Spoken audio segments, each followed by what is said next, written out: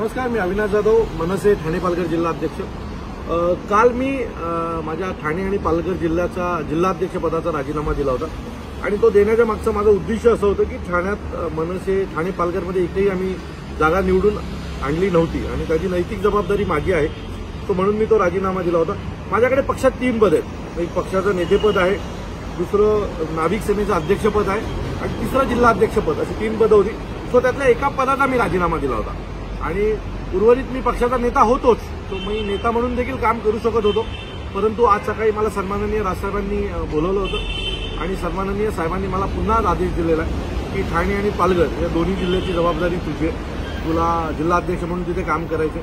मी याच्या आधीही सन्माननीय राजसाहेबांच्या प्रत्येक आदेशाचं पालन केलंय, आयुष्यात पुढे देखील सन्माननीय राजसाहेबांच्या सर्व आदेशाचं पालन करणार आहे आणि आज देखील साहेबांनी जो मला आदेश दिला त्याचं मी पालन करणार आहे। सन्माननीय राजसाहेबांनी मला राजीनामा हा वगैरे असं काही नसतं, असं साहेबांचं वाक्य होतं, काम करत राहायचं असतं, यश जेव्हा मिळेल तेव्हा मिळेल। सो मी साहेबांच्या आदेशाचं पूर्ण पालन करून आजपासून पुन्हा ठाणे आणि पालघर या दोन्ही जिल्ह्यांमध्ये महाराष्ट्र नवनिर्माण सेना पूर्ण ताकदीने वाढवणार। आणि आणखी एक गोष्ट मी नेहमी सांगतो लोकांना, मला अनेक लोक फोन करतात आणि मला सांगतात की आमच्याकडे त्या वेळेला माझं एक वाक्य असतं की माझ्या रक्तात राज ठाकरे, सो माझ्या रक्तात राज ठाकरे, त्यामुळे कुठल्या जिल्हाध्यक्षपद गेल्याने माझी साहेबांवरची निष्ठा कमी होणार नव्हती किंवा साहेबांवरचं प्रेम कमी होणार नव्हतं।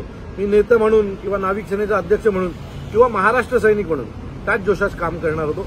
पण आज पुन्हा एकदा सन्माननीय राजसाहेबांनी मला माझ्यावर विश्वास ठेवलेला आहे आणि पुन्हा एकदा मला जिल्हाध्यक्ष म्हणून काम पाहायला सांगितलं आहे। सो पूर्ण ताकदीने लढणार, सन्माननीय राजसाहेबांसाठी महाराष्ट्रभर फिरणार आणि त्याच्यासोबत महाराष्ट्र नवनिर्माण सेना पक्ष वाढवण्यासाठी ज्या काही गोष्टी कराव्या लागणार त्या करणार। ज्या महाराष्ट्र सैनिकांनी काल दिवसभर सोशल मीडियावर असतील, मला फोनच्या माध्यमातून असतील, राजीनामा देऊ नका वगैरे जे सांगितले होते किंवा मी त्यांच्यासोबत राहिलो पाहिजे अशी प्रत्येकाची इच्छा, त्या सर्व महाराष्ट्र सैनिकांचे मी मनापासून आभार मानतो। माझ्या पक्षातल्या अनेक नेत्यांचे मी आभार मानतो की ज्यांनी ही सगळी घटना घडल्याच्या नंतर ताबडतोब मला फोन करून तू एकटा नाहीस, आम्ही सगळे जबाबदार आहोत, आपण सगळे एकत्र राहिलो पाहिजे आणि सन्माननीय राजसाहेबांची ताकद वाढवली पाहिजे अशी प्रत्येकाची इच्छा होती, माझी इच्छा तीच आहे। सो मी आजपासून पुन्हा जिल्हाध्यक्ष म्हणून काम करणार आहे, साहेबांच्या आदेशाचं पालन करणार आहे। लवकरच भेटू, तुर्तास थांबतो। जय हिंद, जय महाराष्ट्र।